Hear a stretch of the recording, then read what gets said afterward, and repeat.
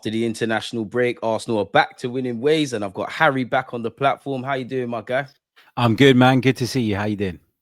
I'm good, man. It's always nice to, shake defeat off and win and see what we saw against Forest, in which we're going to get into. But yeah, man, before we carry on, people, like, comment, subscribe. Harry's YouTube channel. Can't imagine you don't know about him. It's in the title of the video. So all you gotta do is subscribe, support. The guy does a lot of great content, a lot of diverse content, for the Patreons and obviously for just normal YouTube fans alike. But yeah, man, the first thing I want to say is obviously 4 games into the season. How do you feel as an Arsenal fan? The good, the bad, the ugly? Talk to me. I feel a lot better after the weekend, where we saw the attack click and we saw Arsenal look like a much more well-rounded outfit. I got to say, I wasn't as concerned as others looking at the kind of beginning of the campaign.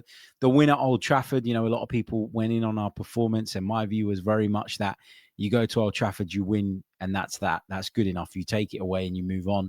The Leeds game was good. I thought the scoreline against Leeds maybe flattered us a little bit in that there were still things in the performance that I didn't think were quite at the level they needed to be, despite the 5-0 scoreline. Then we go to Anfield. I thought we were really unlucky to lose at Anfield.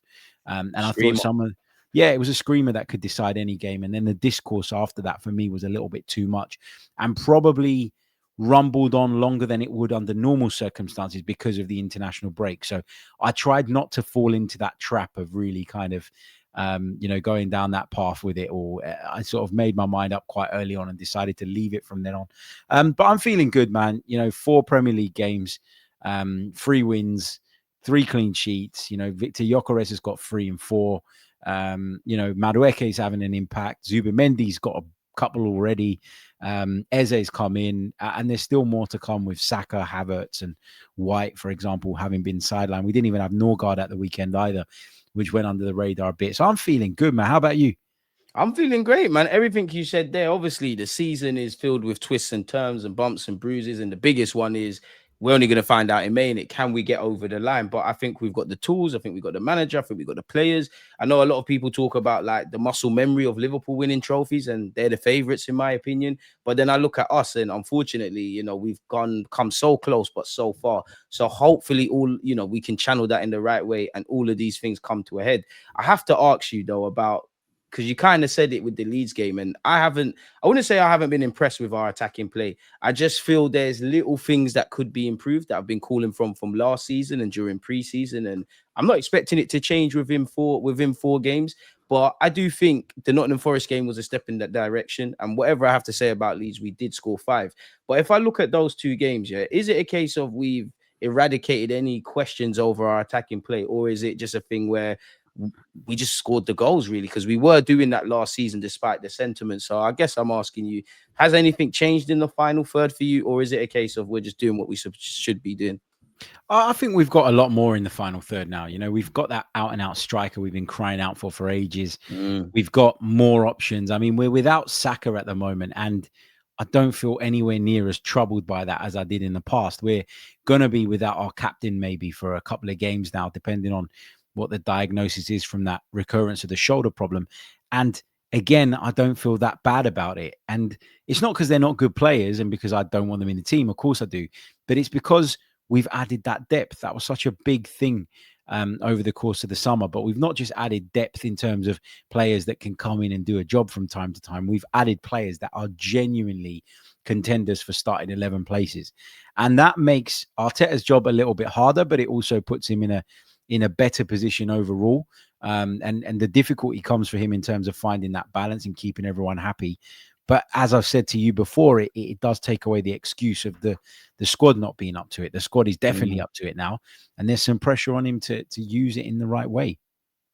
Do you think it's a case of Arteta fighting against himself? And what I mean by that is, for a number of years, rightly so, he's complained that we've got one of the smallest squads. And listen, I'm not here to blame Arteta previously. I do, the Cronkies. Either way, we didn't have the depth. Now we have the depth. So he's gone from really and truly the 11 picking itself, the bench picking itself, or the players who come off the bench in Arteta's mind picking itself. Like me and you spoke about Real Madrid on the last stream. When you look beyond the romance, we had a lot of kids that weren't used. I'm not criticizing it, just painting a picture. And now we've got more options than you can count. When everyone's fit, we don't know who's in the starting 11, let alone on the bench, let alone not included. And obviously, we've got the depth to withstand these injuries, unfortunately, with Kai, with potentially ODEGAARD, with Saka. Like, do you feel like this could be maybe an issue or a learning curve for Mikel Arteta, in that you've gone from no options really to more options than you can count? And if me and you are forgetting players, he must be forgetting players like Norcott, for example. Mikel Arteta does learn. I know that there's a lot of fans out there that say, no, he doesn't, and he's stubborn, and he's this, and he's that. Mikel Arteta has shown year upon year that he learns. Okay, he was scarred by the season where we fell away, the first season that we challenged for the Premier League title. And so he went for a more pragmatic and defensive approach after that. And it's clear with the signings that we've made this summer that he's now realized that maybe he went a little bit too far that way. Now, it's easy with hindsight to say that someone made a mistake. The main thing and the most important thing is that they learn from it and they grow. And I do think that Mikel Arteta has grown. When I interviewed him after the game against Nottingham Forest on Saturday, I asked him, I said to him, now that you've got Madueke, Eze, Gyökeres, all of whom are very, very different players to what you had previously in your attack, do you now have to think hard about how you want to approach games from an attacking point of view? Like, does it change your view on it? And he said, look, that thinking, I've already done it. I was doing it before we made those signings. Like, I'm the coach, As and ultimately, as he should, we made those signings because of what I was thinking. So that tells me that in the summer, Mikel Arteta looked back on last season and went, we don't have enough guile. We don't have enough creativity. We don't have enough individuality. We're not spontaneous enough in the final third. The players that I go in and get this summer, they have to bring that to the table. And he's done that now. When you say, is he kind of pushing against himself? He will be in a little bit and in a sense, because he would have been someone that would be in the past maybe adverse to rotation because he probably didn't feel that he had the depth to do it effectively enough. And it's a results-based game, and he's going to be, thinking about that first and foremost. And maybe he did rush people back at points because he felt that he really needed them. He's going to have to change a habit that he's developed into over the course of his managerial career so far. But because he's changed things so many times and because he keeps adapting and evolving, I'm confident that he's intelligent enough a coach to be able to navigate that. Is he going to get it right first time? Don't know. We'll have to wait and see. But I think he's a smart enough manager and a clever enough coach to understand that what he was doing previously might have been right at the time, but probably isn't the right thing now. And it's about not being stubborn. It's about being open to changing and realizing, that your ideas previously might not be the right ones. I mean, Jose Mourinho said something recently, didn't he? I don't know if you saw it when he was talking about the modern manager and how some of them would rather lose but do it playing their way rather than changing. And he just simply said that if you die because of your ideas, you're an idiot. And it's true. Like, you've got to be Like that, yeah. You got to be open-minded, and you got to realize that you got to do things differently. I mean, what about you? Do you think that he's going to find it difficult to start rotating more and viewing things in a different way? Or do you think the luxury of the bigger and better squad is going to make that quite an easy transition? I do think at this moment in time, quote unquote, I know there's been injuries, it kind of picks itself. Like, I think you would know better than me, because obviously at the press conferences, I did, like, when the Nottingham Forest announcement was made, I know people hear Mikel Merino in midfield, and granted, he's not the best option. People start getting excited. But for that game, I was not scared or concerned, because I could understand the method to the madness with starting the three Sociedad boys. And I think I'm not really a fan of Merino in midfield. I am up front. I think that was the kind of place to play him. So for me, it's a case of he is going to stumble. There are going to be times you could argue, and these things couldn't have worked against Liverpool, and we'd have the same conversations, but you could argue maybe you could have gambled with NWANERI, maybe you could have gambled with Eze from the start, maybe the changes could have made sooner. So I definitely think he's going to stumble, and I definitely think it's a learning curve for him. But surely, Harry, like, variety is the spice of life. So, and he's got a lot of them. And for me, like, it's the skill set of these players. It forces you to kind of learn. Of course, there's going to be certain intangibles from his collective system, but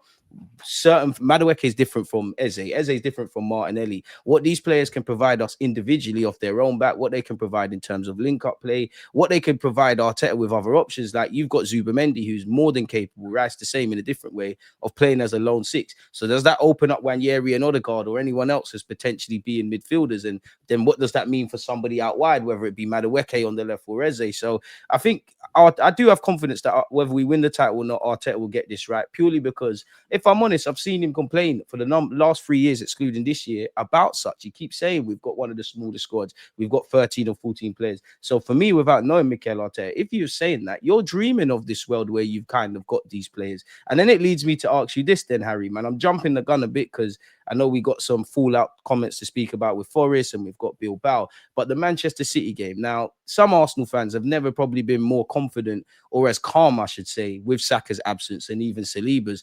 Do you think Mosquera and Madueke, those spots are those to lose? Or like if we was going to play City on Sunday and there's a chance of gambling with Saka and Saliba, do you put them in or one of the two? Where you at with where's your thinking and headspace at with that? It's a hard one, isn't it? It's a hard one. Like it is really, really difficult because neither Madueke nor Mosquera have put a foot wrong. But there will be, no matter how much you talk about rotation and the need to implement that, there will be a hierarchy in the manager's mind. And Bukayo Saka especially will be at the top of that hierarchy.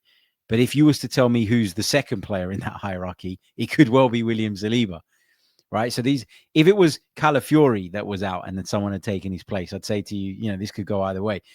I think that if those guys are available, they will play some part. I certainly think that Saliba would be the one that's maybe pushed a little bit harder just because the nature of his injury doesn't feel and isn't as severe as the one that Saka suffered. Saliba maybe could have at a push. Had it been Man City this weekend, he might have played. He might have been involved. Probably would have, yeah. He probably would have, but they decided not to take that gamble. And I think that's the right decision. Again, though, that highlights what having a squad allows you to do, doesn't it? Because without that squad, you probably do not leave a player of that quality out in a Premier League game full stop. So, yeah, I don't know, man. For me, it would depend on their fitness. Like if they're 80, 85%, then I'd probably be tempted to throw them back in. If they're 70%, then maybe I don't, because I think you've got to look at the bigger picture. And I think one of the mistakes that we've made in recent years is that we have, obviously the beginning of the season's important, but at the beginning of the season, you just need to be there. You just need to be in the mix. And if you drop a couple of points or 3 points behind, you shouldn't obsess over that. You just need to be within touching distance and make sure that you go into that second part of the season in the best possible shape.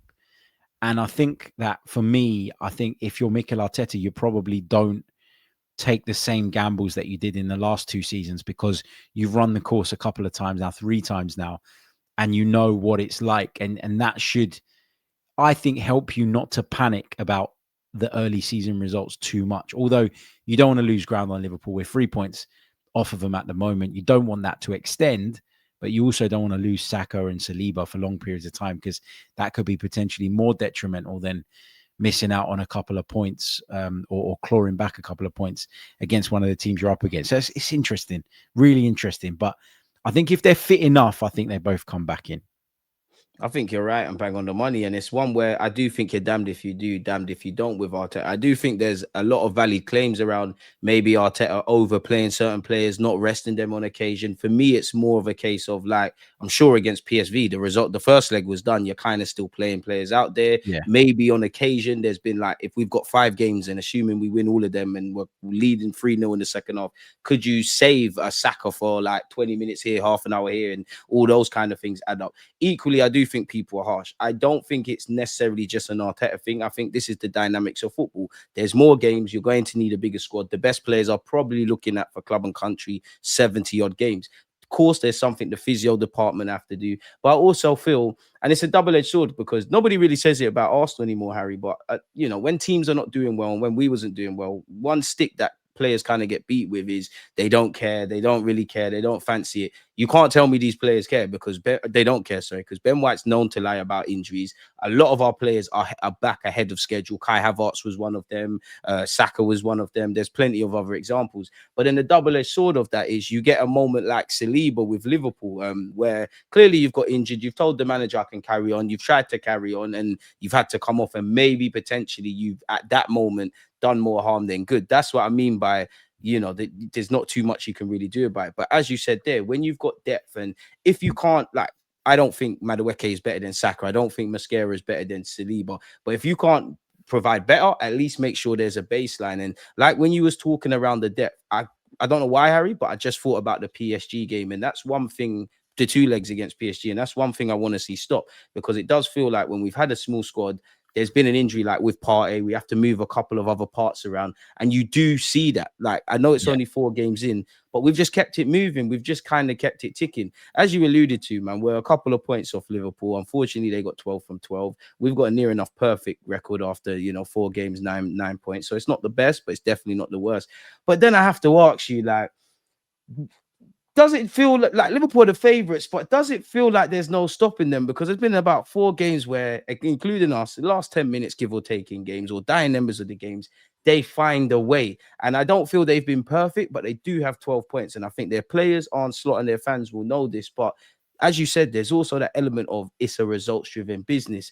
Like, does it feel to you like they're the favourites, that they can't be stopped? Do you think this kind of last-minute dramatics will continue? Like, where are you at with Liverpool? I think they are the favourites. I think when you are A, the holders, and B, you spent 400 plus million on top of what was already a fantastic group, then I think you are the favourites, okay? Because Arsenal haven't got over the line yet. So until we do, we ain't going to be the favourites, okay? Liverpool are, fine. But you can read their early season form in one of 2 ways. And it's up to you the way you'll read this. Some people are glass half full, some people are glass half empty. There'll be Liverpool fans out there, and I've spoken to a few friends of mine, some who say, wow, we're really not playing well at the moment and we're getting away with this.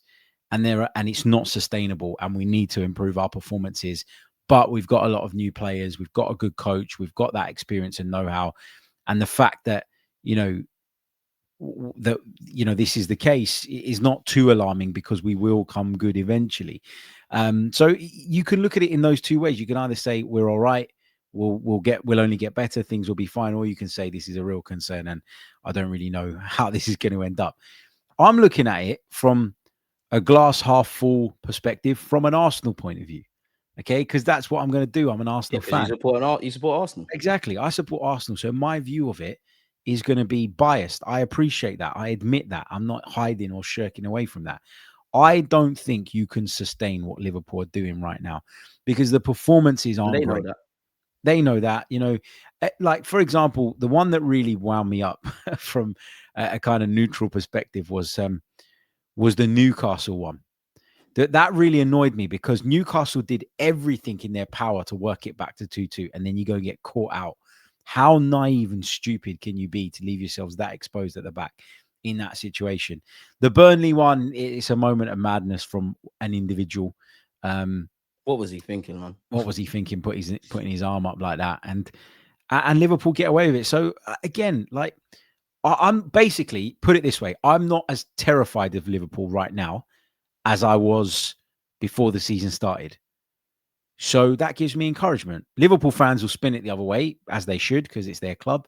And they'll say, no, but the fact that we're getting these results, even when we're not playing well, that's great. And that shows that we've got what it takes, and we're made of title winning stuff. Fine. That's up to you. But I'm looking at it as, I'm not as petrified of them as I might have been maybe if things were different. I think you're bang on the money. I think I still have Liverpool as the front runners. Obviously, I can't really say I'm jealous, because I like my signings, and I'm an Arsenal fan. But I think both sets of fans and both clubs probably didn't have on their bingo cards the summer that they've had, in it. Like, you could argue we've done the best business relative to what we needed and how we've recruited in depth and all of that. Of course, when you go and sign Wirtz and Hugo Ekitike, and you've got Isaac, who's still to come into the fold, and as you said, you're the champions, that's going to keep a feel-good factor. The way I look at it is, I think you said it, I think Liverpool are pretty damn good, and they're a level above everyone, but they're not like it's not too unrealistic to fight them for this Premier League trophy. The difference is we're gonna have to be perfect. This reminds me, and I don't know if you'll agree, but I think it's one of the times I always remember when I see you, because you was quite critical on Unai Emery like myself, and people called us crazy until you obviously saw how things panned out. It's not the same, but I remember when we went on an unbeaten run during Unai Emery, a lot of fans, football fans do this, innit? Once you win, you don't really care.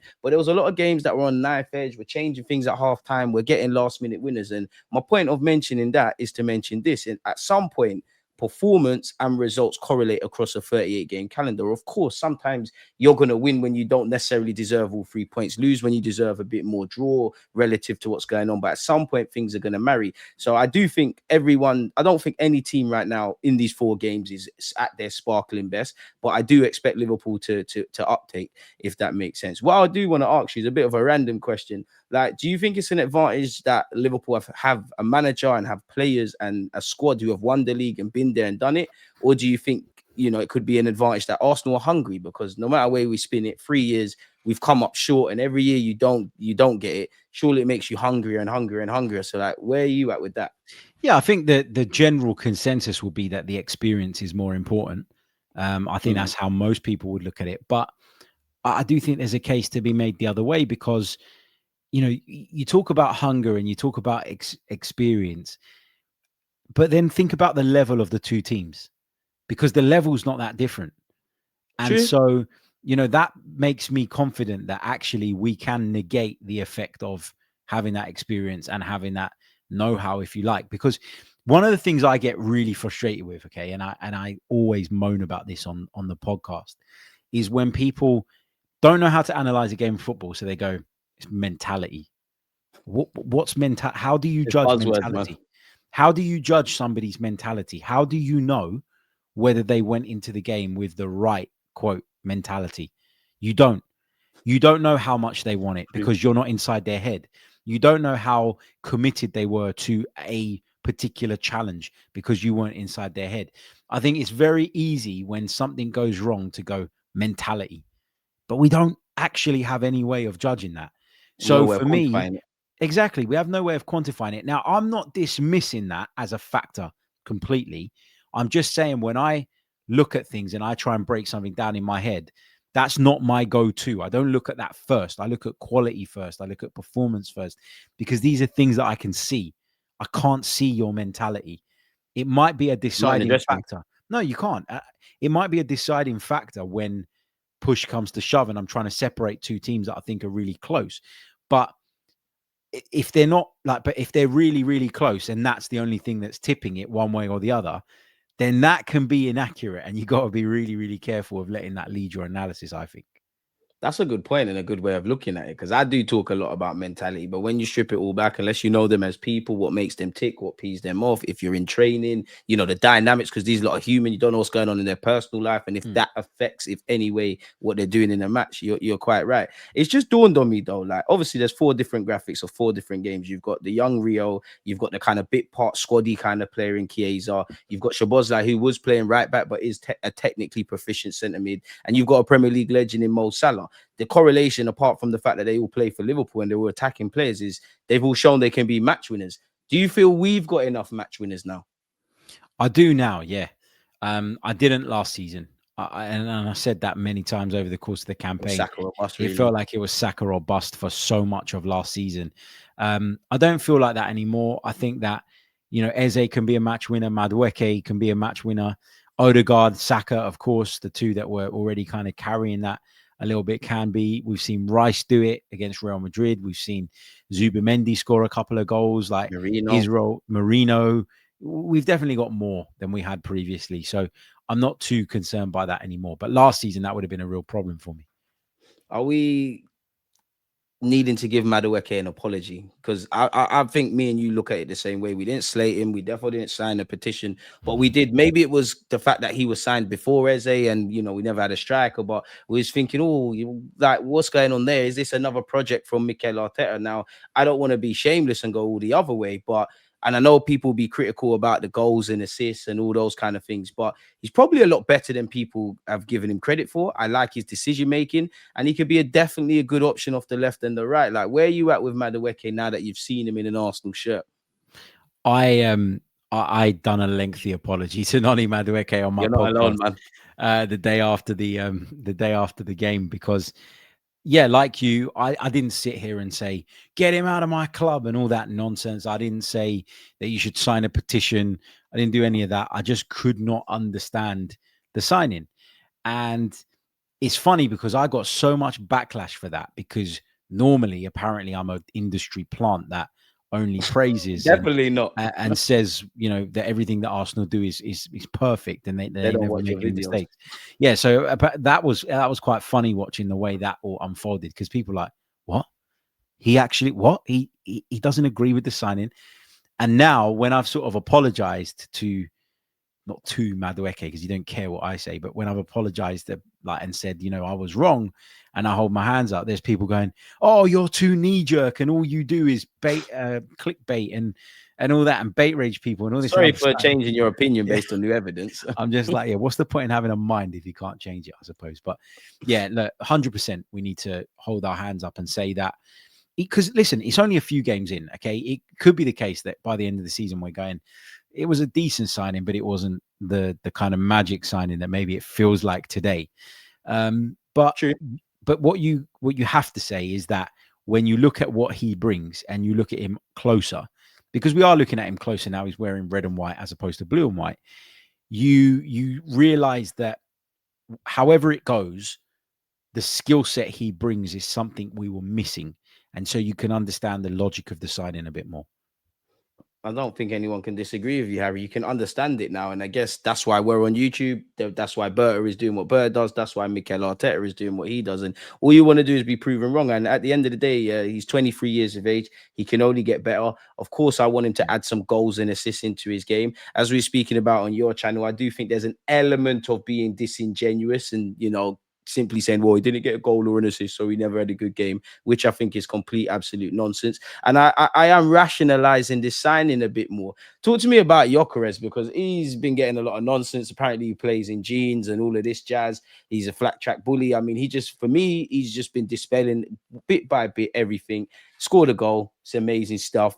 Part of a new look front three. What do you make of our striker, man? Because I also think, Harry, sorry to cut you, there's an element of Arsenal fans, I wouldn't say don't want him to succeed, but they just can't get over the fact that he's not this mythical figurehead striker they thought we was getting in the summer. Yeah, he's effective. That's what he is. Exactly. He's got 3 goals in 4. And I was so glad that he scored at the weekend, right? Not because I'm sort of at that point where I'm willing to sort of give up on him, but it feels like the wider world are starting to really hone in on his performances and scrutinize him beyond what's fair. And I think for me, when someone scored 3 goals in 4 games, you can shut down any nonsense talk instantly.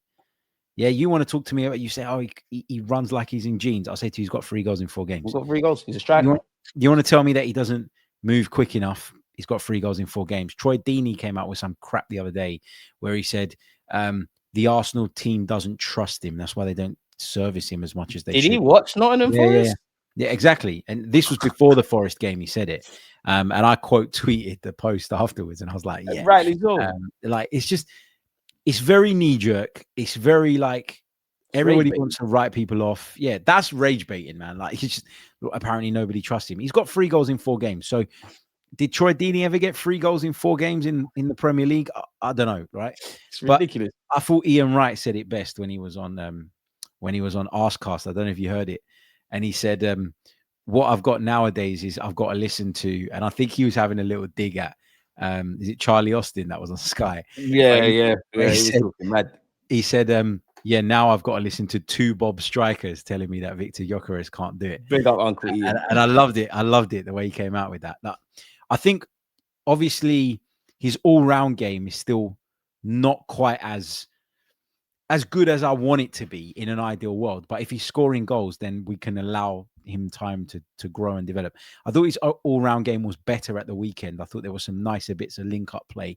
And again, when I talked to you before about players feeding off each other's energy, and when people are doing flashy things, and then it, like that flick he did round the corner for, I think, to release someone down the left. It might have been Calafiori or Eze, I can't remember. But that was him showing, I understand where you guys are going to be now. And so I'm gonna play a little bit more freely. And obviously the runs he makes, you know, he won't get picked out every single time, but whenever we've put the ball into the right area, he's been there. So, you know, whether he's executed the finish or not, he's there. And that's what you need him to be. So I'm quite pleased with him. I don't think he's been amazing, but I don't need him to be amazing. I need him to score goals. And he is scoring goals. So I'm pretty okay with it. What about you? Harry, you said it all there. You know, take no disrespect to all the other strikers who played through the middle for Arsenal in the last couple of years. Yeah, but I don't need Gyökeres to be the most glamorous. You know, Jesus is a showstopper on the ball, but the most difficult thing to do in football is put the ball in the back of the net. And he's actually having his preseason now because he's chasing fitness. I think every game he's getting a bit better. He's scoring goals. He's linking up play. I think people are disingenuous. You can say he runs in jeans and he looks ugly and all that kind of crap, but I'm seeing him pop out on the left. I'm seeing with a new teammate and a fellow new signing, Madueke, the link up play there. I think he presses well. I feel he's adapted to the system. I actually feel there's an element of us kind of needing to maybe not necessarily adapt to him, but more clear-cut chances. Like you see the goal, well, yeah, when Calafiori's popped over the top and Eze set it across.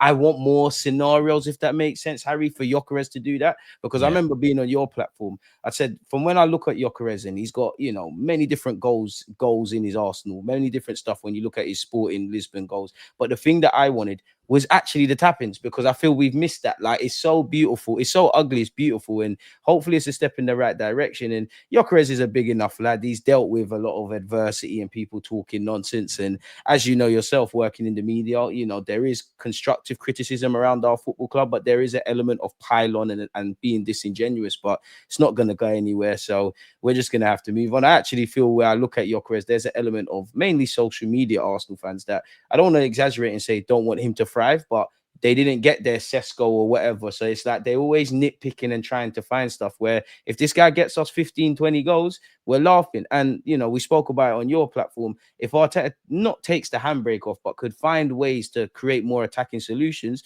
what do people think is going to happen? This individual's going to score more goals. Finally, I want to ask you about Eze, man. Like, how did you feel about it? Like, was he exciting over 90 minutes? Where'd you get him? Where you at with him on the left-hand side? All that kind of stuff. I thought Madueke was the more exciting of the two on the day, but I think Arsenal are a right-leaning team.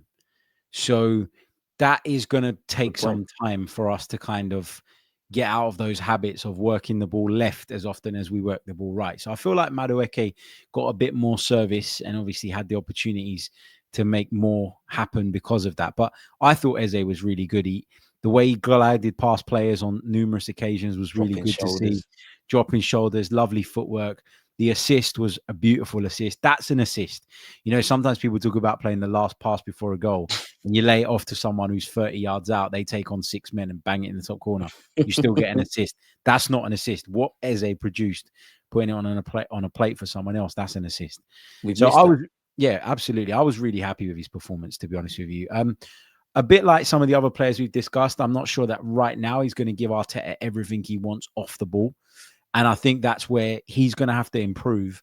But we're also going to have to accept that the balance of our team is going to be a little bit different, right? So we're going to have to say, you know, as I was talking about that kind of slider, you know, ultra defensive at one end, ultra attacking, that slider can move depending on the game. Against Liverpool away, it's going to lean towards the defensive side. You play at home against Nottingham Forest, you give people more freedom naturally. And that will allow the likes of Eze and Madueke to thrive. But it's all about balance. I just thought he brought a lovely balance to the team. I thought he showed a superior technical level to what we've been getting from Martinelli recently. And again, that's not to slate Martinelli, but sometimes you just need to level up. And we used to say the same thing about Zinchenko and Jesus. Both came in, had great impacts. I'll always respect them for what they did, but you need to level up. And Eze is a leveling up. And I can't wait to see more of him. Last question. I promise you, last question. We've got Hincapie, we've got Calafiori, we've got Miles Lewis-Skelly, and such is our depth. I'm probably missing someone else out. How do you feel about options on the left-hand side? In terms of at left back, do you mean? Yeah, sorry, left back. Yeah, 100%. Like Calafiori has been brilliant at the start of this season, so he absolutely deserved to start the game on Saturday. And I don't think he did enough wrong in the second half before he came off to warrant being taken out of the team. But we've got options, you know, like, would you be shocked if he played Lewis Skelly in Bilbao? Like, I wouldn't. And I'd be absolutely fine with that. Like, I like that we've got options now, and We've we've been got it waiting in for so this. many different positions. Yeah, different. And again, like, it will probably be dependent on some of the when we play the bigger teams. It'll probably be dependent on who the opposition is. So let's say we face Mo Salah again, you might think that a certain defender in your ranks has got a better chance of shutting him down. So it's about horses for courses. But again, this is where Arteta's got to earn his money this year, is he's got to pick the right tool for the right job. And he's got an abundance of tools now. Now you just got to pick them right and identify what's necessary for certain games and certain challenges. As you said, we've got an abundance of tools. Eze shining. Madueke is proving doubters wrong. Gyökeres also is by that. We're a bit comfortable about Saliba and Saka's absence, and we've got those players to come back, which will be like new signings. NWANERI is shining as well. And we didn't even see Max Dowman, which we become accustomed to in the prior game. So we've got horses for courses. We've got depth. We've got the tools. There's going to be bumps and bruises. But if we fully exhaust what we can as a football club, we've got just a chance as anyone at defeating Liverpool, as great as they are, and maybe even doing the business in the champs. Like, I am confident we'll win silverware. Arsenal prove us Arsenal fans right and the haters wrong, man. H, this is always a pleasure to have you on the platform. You know you're always welcome. Let people know they can find you before I let you get out of here, my boy. Thank you, man. Really appreciate it. Always good to talk to you, man. You can find me on on the Chronicles of a Gooner, which is an Arsenal podcast. Got a YouTube channel as well. So yeah, check it out. Thank you. Thanks for having me. Nah, it's a pleasure, man. And anytime you need me on your platform, I'm there. People, I know Harry has said his platform, I'll do you one better. By the time you're actually listening to this, it is in the title. Just click, support, like, share, do all of those kind of things. There's too much negative Arsenal fans out there. Why not listen to some balance? Where if you don't agree, you might see a different point of view. But where that's concerned, join the comments. Let us know your thoughts. We're out, man. H, peace out, my guy. Cheers, man. Come on, my guy. In a bit.